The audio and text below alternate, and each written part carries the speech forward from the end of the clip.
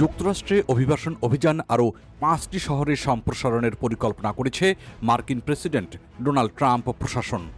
তবে তিনি স্থানীয় কর্তৃপক্ষের আমন্ত্রণ ছাড়া সেখানে কোনো এজেন্ট পাঠাবেন না। এনবিসি নিউজের সাংবাদিক টম লামাসকে দেওয়া এক বিশেষ সাক্ষাৎকারে ট্রাম্প বলেছেন, আমরা ৫টি শহর নিয়ে ভাবছি, তবে আমরা চাই তাদের অনুরোধে গুরুত্ব দিব।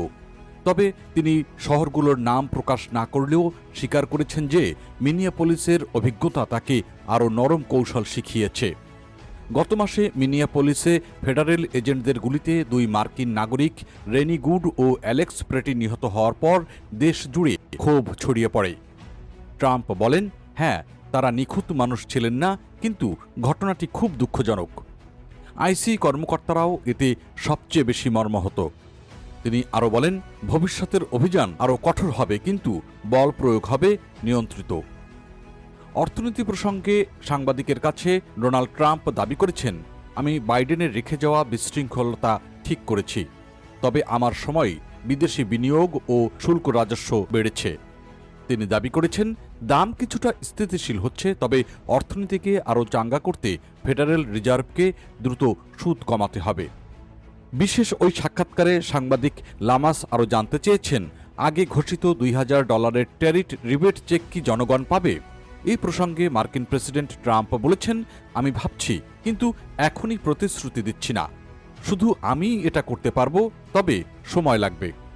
জনপ্রিয় পডকাস্টার জো রগান সম্প্রতি আইসিইকে গেস্টাপো স্টাইলের বাহিনী হিসেবে তুলনা করেছিলেন, কিন্তু ট্রাম্প বলেছেন, জো অসাধারণ মানুষ। সমালোচনা থাকলেও তিনি আমাকে পছন্দ করেন, আর আমি মনে করি আমরা দারুণ কাজ করছি।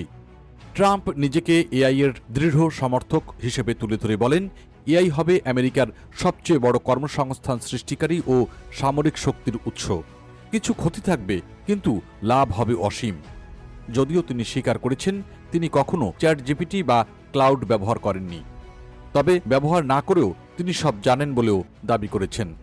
২০২৮ সালের পরও ক্ষমতায় থাকতে চান কিনা লামাসের এমন প্রশ্নের জবাব সরাসরি দেননি ডোনাল্ড ট্রাম্প। এ সময় হাসতে হাসতে শুধু তিনি এটুকুই বলেছেন, দেখা যাক, সময় হলে বলবো। এছাড়া ইরানের সর্বোচ্চ নেতা আয়াতুল্লাহ আলী খামেনি সম্পর্কে ট্রাম্প বলেছেন, তার খুব ভয় পাওয়া উচিত, কারণ আমেরিকা যদি আঘাত হানে সেটা হবে গুরুতর। তিনি জানান, ইরানের পারমাণবিক স্থাপনায় সাম্প্রতিক যুক্তরাষ্ট্রের বিমান হামলা সফল হয়েছে, তবে প্রয়োজনে আরও পদক্ষেপ নেওয়া হবে।